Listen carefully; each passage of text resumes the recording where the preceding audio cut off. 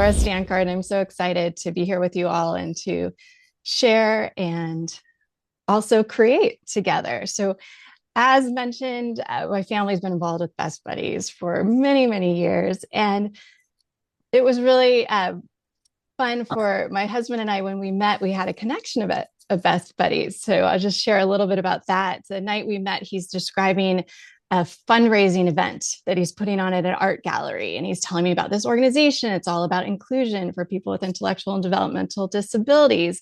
And before he can say the organization's name, I ask, is it Best Buddies? And he says, yes. How do you know? So we automatically connected right then and there, just knowing that we both had been involved in Best Buddies. I was able to share with him that I got involved through my sister, who was a special ed teacher at a high school and also the advisor for the Best Buddies Club at her high school. And that's how I got involved volunteering and fundraising. And as Anise had mentioned, my husband got involved in college. So we met in San Francisco and he's planning this fundraising event, and that really connected us.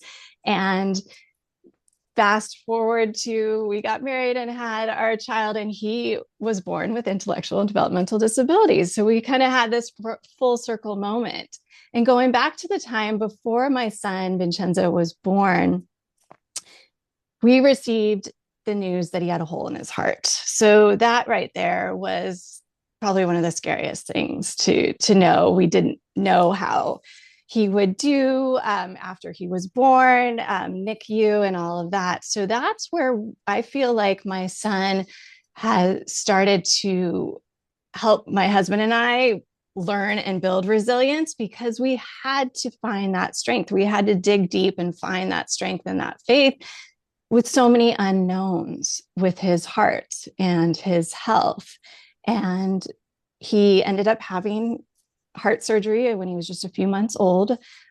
Before he was born, we did find out that he had Down syndrome as well. So because we had so much experience and had a lot of friends through the Best Buddies community, we had met and we'd become friends with so many individuals that were young adults that had Down syndrome and other different abilities. And that really helped us to just know that our son was going to be okay.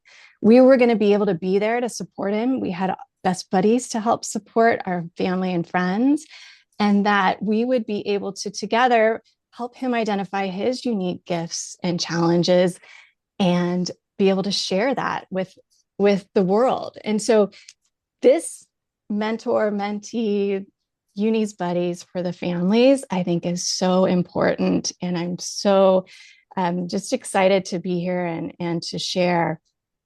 And the other thing I wanted to talk about with resilience is my son, when he was born, Down syndrome, the individuals have lower muscle tone. So, he had the issues with his heart.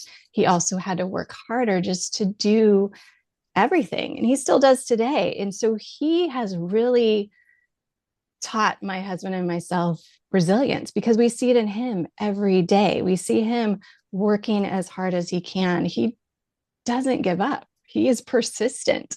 And those are things that I think help build resilience. So just kind of sharing all of that background as well. Art has come into our lives, and I've loved being artistic drawing, coloring, painting. That's something that just growing up, I really enjoyed.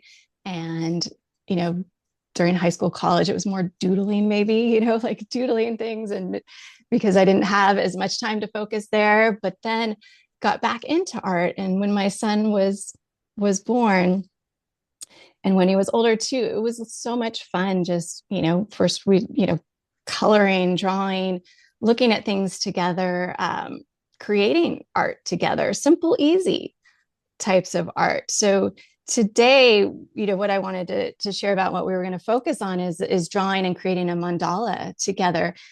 But you can create art anywhere. I don't know if some of you may have signed on and seen the slideshow that was up before we started this call, and it just shared how out, in life, every day you can use nature to create art. We've taken rocks and created a little kind of spiral type mandala just on the ground.